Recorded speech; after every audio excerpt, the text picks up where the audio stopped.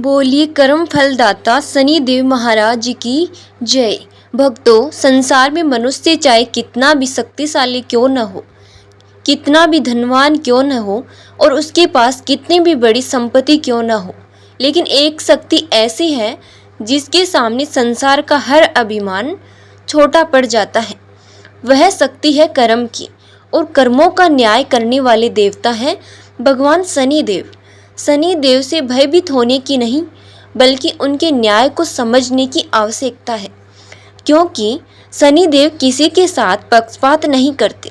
राजा हो या रंक, धनी हो या निर्धन, शक्तिशाली हो या निर्बल, हर मनुष्य को उसके कर्मों के अनुसार ही फल प्राप्त होता है। जिसने दूसरों के अधिकार छीने हैं, उसे अपने कर्मों का हिसाब देना पड़ता है। जिसने किसी गरीब का दिल दुखाया है, उसे भी कभी न कभी अपने व्यवहार का परिणाम समझ में आता है। लेकिन जो व्यक्ति कठिन समय में भी सत्य का साथ देता है, किसी भूखे को भोजन कराता है, किसी असहाय की मदद करता है और ईश्वर पर विश्वास बनाए रखता है, उसके लिए शनिदेव का न्याय कल्याण का मार्ग भी बन सकता है। आज की कथा भी इसी सत्य को सामने लाने वाली है। यह कथा है एक ऐसे धनवान व्यापारी की, जिसके पास धन की कोई कमी नहीं थी, लेकिन उसके भीतर विनम्रता की कमी हो गई थी। उसे अपने धन पर इतना घमंड हो गया था कि वह यह भूल बैठा था कि संसार की हर वस्तु परिवर्तनशील है। लेकिन जब उसके कर्मों की परीक्षा हुई, तब उसे समझ आया कि महल, सोना चांदी और संपत्ति सब पीछे छूट सकते हैं, लेकिन कर्म मनुष्य का साथ कभी नहीं छोड़ते। इसलिए भक्तों, इस कथा को अंत तक अवश्य सुनिए। यदि आप भी शनिदेव में श्रद्धा रखते हैं, तो पूरे भक्ति भाव से कमेंट में लिखिए जय शनिदेव महाराज। और अब शुरू करते हैं यह अद्भुत शनिदेव महाकथा। बहुत समय पहले की बात है। एक सुंदर और समृद्ध प्रदेश में सूर्यनगर नाम का एक विशाल नगर हुआ करता था। चारों ओर ऊंचे पर्वत थे। पर्वतों से निकलने वाली एक निर्मल नदी नगर के बीच से होकर बहती थी। नदी के दोनों किनारों पर हरे भरे खेत लहलहाते थे। सुबह होते ही किसानों की आवाज़ें सुनाई देती थी और शाम होते ही मंदिरों में आरती के घंटे गूंजने लगते। सूर्यनगर के लोग सामान्यतः धर्मपरायण और मेहनती थे, लेकिन उसी नगर में एक ऐसा व्यक्ति भी रहता था जिसके पास नगर की आधी से अधिक संपत्ति थी। उसका नाम था वीरभान। वीरभान एक बहुत बड़ा व्यापारी था। अनाज का व्यापार, कपड़ों का व्यापार, मसालों का व्यापार और दूर देशों तक सामान भेजने का उसके व्यापार का विस्तार इतना अधिक था कि दूसरे व्यापारी उससे व्यापार करने को भी अपनी खुशकिस्मती समझते थे। लेकिन वीरभान हमेशा से ऐसा नहीं था। जब वह छोटा था, तब उसके पिता की एक छोटी सी दुकान हुआ करती थी। वीरभान ने उसी दुकान पर बैठकर व्यापार करना सीखा था। वह मेहनती था, इसलिए धीरे धीरे उसका व्यापार बढ़ता गया। उसे अपने जीवन की शुरुआती में अनेक कठिनाइयाँ देखी थी, जब वह और उसके पिता दुकान बंद करके बिना पर्याप्त भोजन किए सो जाते थे। लेकिन समय बदल गया, व्यापार बढ़ा और धन आने लगा। फिर धन के साथ प्रतिष्ठा आई। प्रतिष्ठा के साथ बड़े लोग उसके घर आने लगे और धीरे धीरे वीरभान को अपनी सफलता पर अभिमान होने लगा। कुछ वर्षों बाद उसने नगर के बीच एक विशाल हवेली बनवाई। हवेली के मुख्य द्वार पर बड़े बड़े दीपक जलते थे। भीतर संगमरमर का फर्श था और दीवारों पर सुंदर नक्काशी थी। उसके अस्तबल में कई घोड़े थे।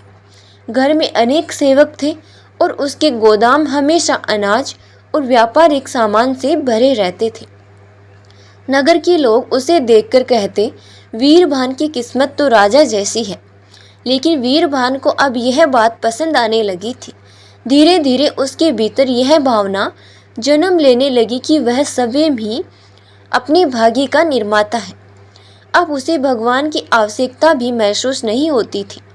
वीरभान की पत्नी नंदिनी उसके स्वभाव से नंदिनी बहुत शांत, सरल और धार्मिक स्त्री थी। घर में कितनी भी संपत्ति क्यों न हो, वह कभी धन का घमंड नहीं करती थी। वह सुबह जल्दी उठती, घर का काम पूरा करती और फिर पूजा के लिए बैठ जाती। विशेष रूप से शनिवार के दिन वह शनि देव का स्मरण करती और सरसों के तेल का दीपक जलाती। पूजा के बाद वह गरीबों को भोजन भी करवाती। नंदिनी हमेशा अपने पति को समझाती थी। एक दिन उसने कहा, स्वामी, धन ईश्वर की देन है, हमें इसका उपयोग दूसरों की सहायता के लिए भी करना चाहिए।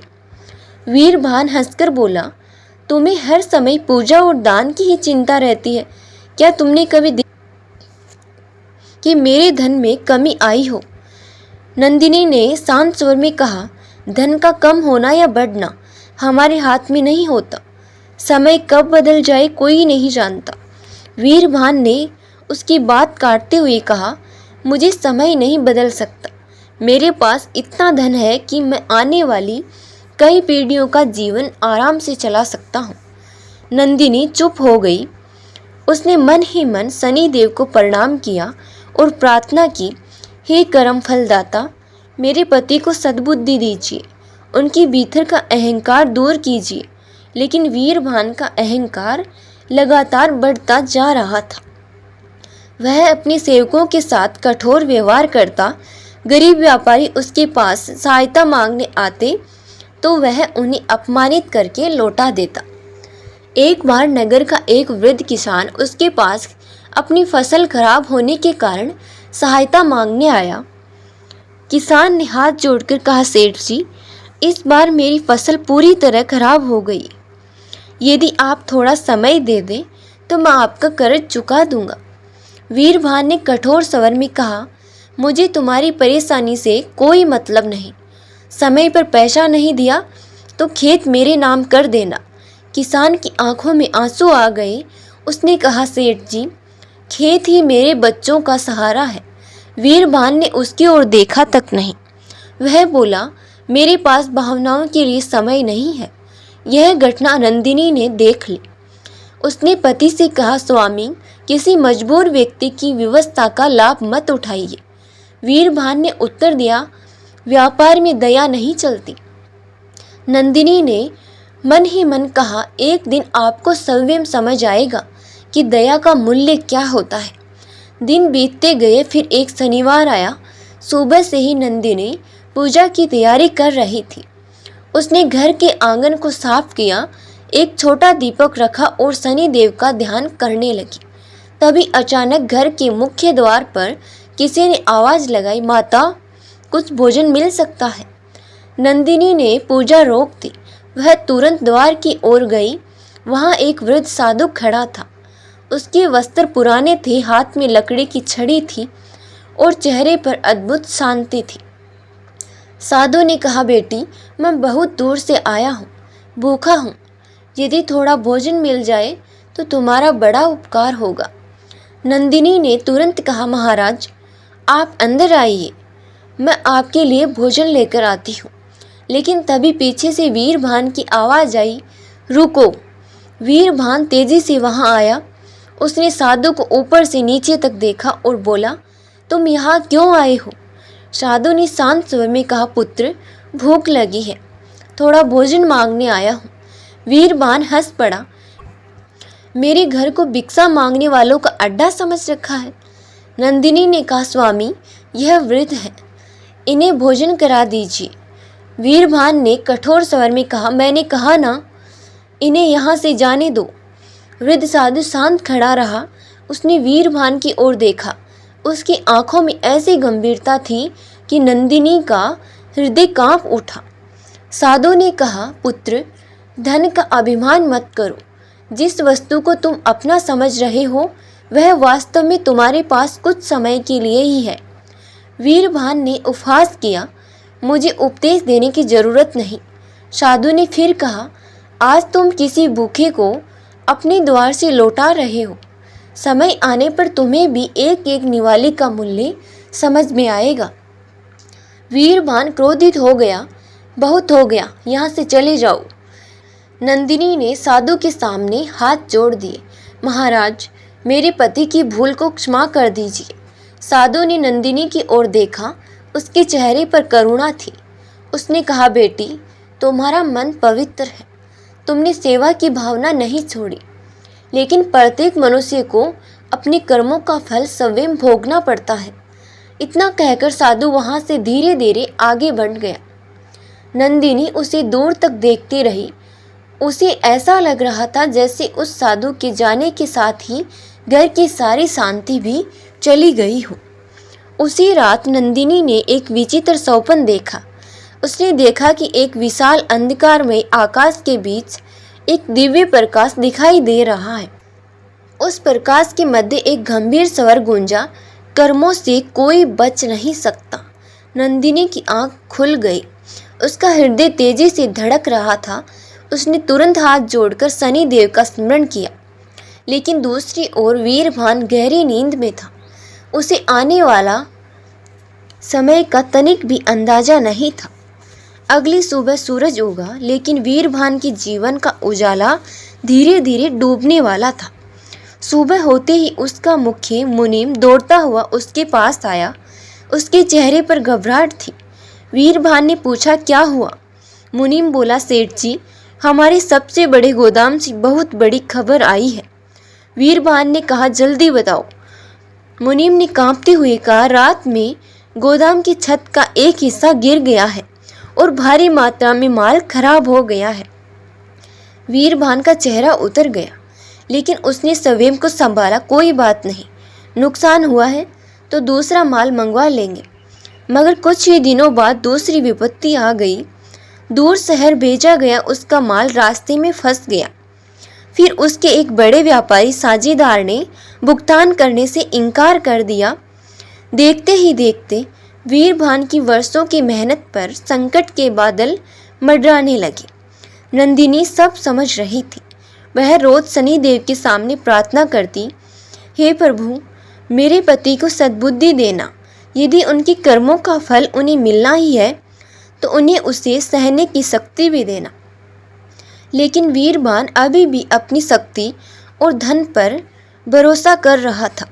वह कहता, मेरे पास इतना धन है कि मैं 100 नुकसान सह सकता हूँ।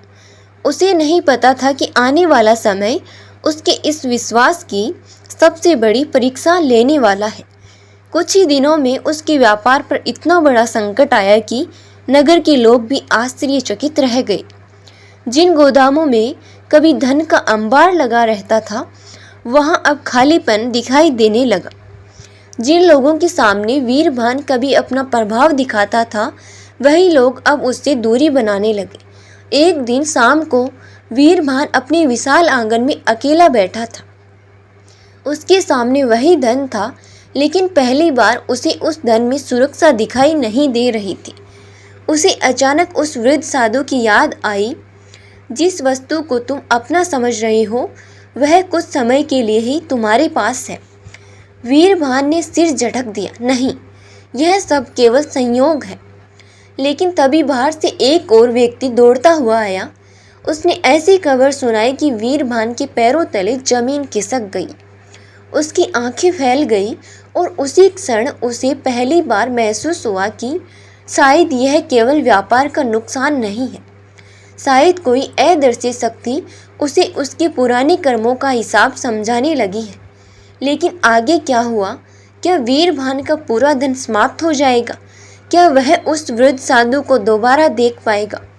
और सबसे बड़ा प्रश्न, क्या शनिदेव सचमुच उसकी परीक्षा लेने स्वयं आए थे? जानते हैं, उस रात वीरभान के जीवन में ऐसी घटना घटी जिसने उसके भीतर का अहंकार भी समाप्त कर दिया। आधी रात का समय था।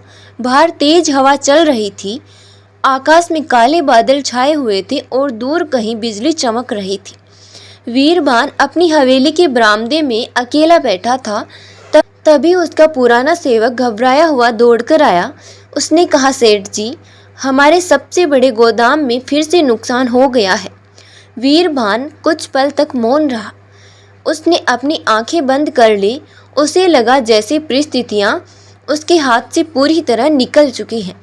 अगले कुछ दिनों में उसके ऊपर कर्ज बढ़ता गया। व्यापारियों ने अपना पैसा वापस मांगना शुरू कर दिया। उसके साझेदार एक एक करके उससे अलग होने लगे और फिर वह दिन भी आ गया जब वीरभान को अपनी विशाल हवेली बेचने का निर्णय लेना पड़ा। जिस हवेली में कभी उत्सव मनते थे, जहां महंगे वस्त्र और आभूषणों से अलमारियां भरी रहती थी, उसी हवेली के दरवाजे पर अब खरीदार खड़े थे। वीरभान चुपचाप खड़ा सब देख रहा था। नंदिनी उसके पास आई। उसने पति का हाथ थामा और बोली, स्वामी चिंता मत कीजिए, धन चला गया है, जीवन नहीं। वीरभान की आंखों से आंसू निकल पड़े। उसने कहा, नंदिनी मैंने जीवन भर धन को अपना सहारा समझा। आज समझ आया कि असली सहारा तो ईश्वर का नाम है। हवेली बिक गई। दोनों पति पत्नी नगर छोड़कर नगर के बाहर एक छोटी सी कुटिया में रहने लगे। अब जीवन पूरी तरह बदल चुका था। वीरभान को स्वयं काम करना पड़ता था। सुबह वह जंगल की ओर जाता, सूखी लकड़ियां इकट्ठी करता और उन्हें बाजार में बेचकर कुछ अन्न लेकर आता। कई बार दिन भर मेहनत करने के बाद भी इतनी कमाई नहीं होती कि दोनों का पेट भर सके, लेकिन अब वीरभान शिकायत नहीं करता था। उसने अपने भीतर एक बड़ा परिवर्तन महसूस किया था। एक दिन उसने देखा कि रास्ते में एक वृद्ध व्यक्ति भूखा बैठा है। वीरभान के पास उस दिन केवल 2 रोटियां थीं। उसने कुछ क्षण अपनी रोटियों को देखा, फिर वृद्ध की ओर बढ़ाकर बोला, बाबा मेरे पास आज इतना ही है, आप इसे खा लीजिए। वृद्ध ने आश्चर्य से उसकी ओर देखा, और तुम? वीरभान मुस्कुराया, आज मैं भूखा रह लूँगा। वृद्ध ने आशीर्वाद दिया और भोजन स्वीकार कर लिया। वीरभान वहाँ से आगे बढ़ गया, लेकिन उसे पता नहीं था कि यह घटना शनिदेव की अगली परीक्षा थी। उस दिन शाम को जब वीरभान घर लौटा, नंदिनी ने पूछा, आज कुछ खाया? वीरभान ने मुस्कुराकर कहा, हाँ, ईश्वर का नाम खाया है। नंदिनी समझ गई कि उसके पति के भीतर अब पहले वाला अहंकार नहीं रहा। शनिवार की सुबह आई। नंदिनी ने मिट्टी का एक छोटा दीपक जलाया। घर में न तेल पर्याप्त था और न पूजा की कोई विशेष सामग्री। फिर भी दोनों ने श्रद्धा से शनिदेव का स्मरण किया। वीरभान ने हाथ जोड़कर कहा, हे सूर्य पुत्र शनिदेव, मैं आपसे धन नहीं मांगता, मैं अपना पुराना वैभव वापस नहीं मांगता। बस मुझे इतना सामर्थ्य दीजिए कि मैं जीवन भर गलत रास्ते पर ना चलूं। उसकी आंखों से आंसू बहने लगे। यदि मेरे पुराने कर्मों का फल अभी बाकी है तो मैं उसे स्वीकार करता हूँ, लेकिन प्रभु मेरे मन से अहंकार कभी वापस मत आने देना। नंदिनी ने भी हाथ जोड़ लिए। तभी अचानक तेज हवा चलने लगी। दीपक की लौ कांपने लगी। कुटिया के बाहर जैसे किसी के कदमों की आहट सुनाई दी। वीरभान ने बाहर आकर देखा, वही वृद्ध साधु सामने खड़ा था। वीरभान उसे देखते ही स्तब्ध रह गया। उसके शरीर में जैसे बिजली दौड़ गई। वही चेहरा, वही शांत आंखें, वही लकड़ी की छड़ी। वीरभान तुरंत उनके चरणों में गिर पड़ा। महाराज, मुझे क्षमा कर दीजिए। साधु शांत खड़ी रही। उन्होंने पूछा, क्यों? वीरभान रोते हुए बोला, मैंने आपका अपमान किया था। मैंने धन के घमंड में आपको पहचान नहीं पाया। साधु ने कहा, क्या तुम्हें लगता है कि तुम्हारी सारी विपत्तियां केवल मेरे कारण आई? वीरभान ने सिर झुका लिया। साधु बोले, नहीं पुत्र, मैंने तुम्हें केवल तुम्हारे कर्मों का आईना दिखाया है। जिस किसान को तुमने अपमानित किया था, उसके आंसू तुम्हारे कर्मों में दर्ज थे। जिन गरीबों को तुमने अपने द्वार से लौटाया था, उनकी पीड़ा तुम्हारे कर्मों में दर्ज थी। और जिस दिन तुमने एक भूखे वृद्ध को भोजन देने से इनकार किया, उस दिन तुम्हारे भीतर का अहंकार अपनी सीमा पार कर चुका था। वीरभान रोते हुए बोला, महाराज, अब मुझे सब समझ आ गया है। साधु ने कहा, लेकिन एक बात और समझ लो, दंड का उद्देश्य मनुष्य को समाप्त करना नहीं होता, दंड का उद्देश्य उसे बदलना होता है। वीरभान ने सिर उठाकर देखा। तभी उस साधु के चारों ओर एक दिव्य प्रकाश फैलने लगा। हवा जैसी अचानक थम गई। आकाश में गहरी नीलिमा छा गई और देखते ही देखते उस वृद्ध साधु का स्वरूप बदलने लगा। वीरभान और नंदिनी हाथ जोड़कर स्तब्ध खड़े रह गए। उनके सामने स्वयं कर्म फलदाता शनिदेव विराजमान थे। उनकी दिव्य स्वरूप को देखकर वीरभान की आंखों से आंसुओं की धारा बहने लगी। वह भूमि पर दंडवत हो गया। हे प्रभु, मुझे क्षमा कर दीजिए। शनिदेव ने गंभीर किंतु करुण स्वर में कहा, वीरभान, तुम्हें क्षमा तभी मिलेगी जब तुम्हारा परिवर्तन केवल शब्दों में नहीं, कर्मों में दिखाई देगा। क्या तुम उस धन को जो कभी तुम्हारे पास था अपना अधिकार समझते थे? वीरभान बोला, नहीं प्रभु, अब समझ आ गया हूँ कि धन केवल एक साधन है। शनिदेव बोले, क्या तुम फिर कभी किसी गरीब का अपमान करोगे? वीरभान ने हाथ जोड़कर कहा, कभी नहीं। क्या तुम अपनी सामर्थ्य का उपयोग केवल अपने लिए करोगे? वीरभान ने कहा, नहीं प्रभु, जितना संभव होगा उतना दूसरों के लिए करूँगा। शनिदेव के मुख पर हल्की मुस्कान दिखाई दी। उन्होंने कहा, तुम्हारी सबसे बड़ी सजा तुम्हारे धन खोना नहीं थी। तुम्हारी सबसे बड़ी सजा यह थी कि तुम्हें स्वयं को पहचानना पड़े। अब तुमने स्वयं को पहचान लिया है। वीरभान की आंखों से आंसू बहते रहे। शनिदेव ने नंदिनी की ओर देखा, बेटी, तुम्हारी भक्ति और धैर्य ने इस परिवार को संभाले रखा। तुमने कठिन समय में भी ईश्वर पर विश्वास नहीं छोड़ा, इसलिए तुम्हारी श्रद्धा व्यर्थ नहीं जाएगी। नंदिनी ने हाथ जोड़कर कहा, प्रभु, मुझे अपने लिए कुछ नहीं चाहिए, बस मेरे पति को सदा धर्म के मार्ग पर बनाए रखिए। शनिदेव ने आशीर्वाद दिया, तथास्तु। इसके बाद शनिदेव ने वीरभान से कहा, तुम्हारा पुराना जीवन समाप्त हो चुका है। अब एक नया जीवन आरंभ करो। मेहनत से कमाओ, ईमानदारी से जियो और अपनी कमाई में से ज़रूरतमंदों का भी अधिकार समझो। याद रखना, मेरे नाम का स्मरण तभी सार्थक है जब मनुष्य अपने आचरण में न्याय और दया उतारे। इतना कहकर शनिदेव का दिव्य स्वरूप धीरे धीरे प्रकाश में विलीन होने लगा। कुछ ही क्षणों में वहां फिर वही शांत वातावरण था। वीरभान और नंदिनी देर तक हाथ जोड़े खड़े रहे। उस दिन के बाद वीरभान ने अपना जीवन पूरी तरह बदल दिया। उसने फिर से व्यापार शुरू किया, लेकिन इस बार उसके व्यापार की नींव लालच नहीं, ईमानदारी थी। वह मजदूरों को समय पर मेहनताना देता, गरीब किसानों को उचित समय देता, नगर में किसी जरूरतमंद व्यक्ति को खाली हाथ नहीं लौटाता। धीरे धीरे उसका व्यापार फिर बढ़ने लगा। लेकिन इस बार जब धन आया तो वीरभान के भीतर अहंकार नहीं आया। उसने नगर में एक अन्न क्षेत्र बनवाया जहां प्रतिदिन जरूरतमंदों को भोजन मिलता था। उसने एक छोटा सा मंदिर भी बनवाया और वहां प्रत्येक शनिवार को शनिदेव की पूजा करने लगा।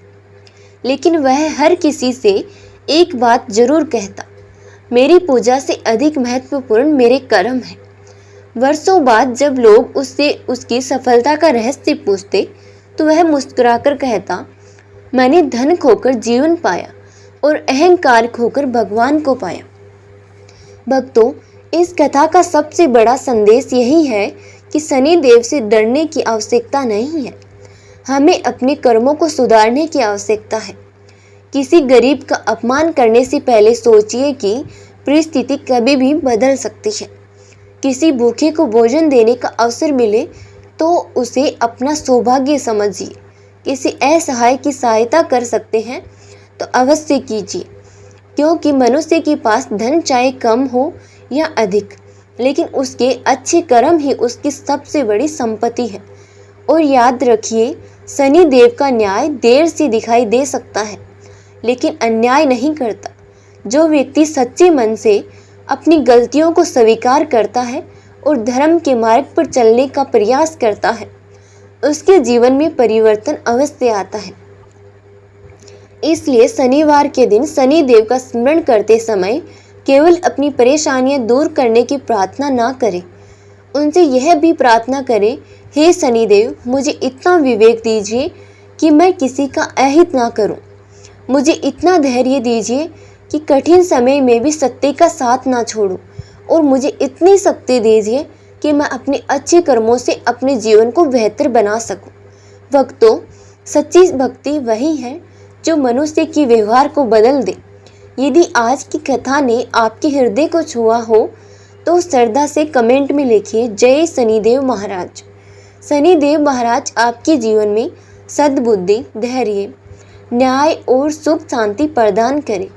आपके परिवार पर उनकी कृपा बनी रहे और आपके सभी शुभ कार्य सफल हो। इसी प्रार्थना के साथ आज की यह पावन कथा यही समाप्त होती है। बोलिए कर्म फलदाता शनिदेव महाराज की जय।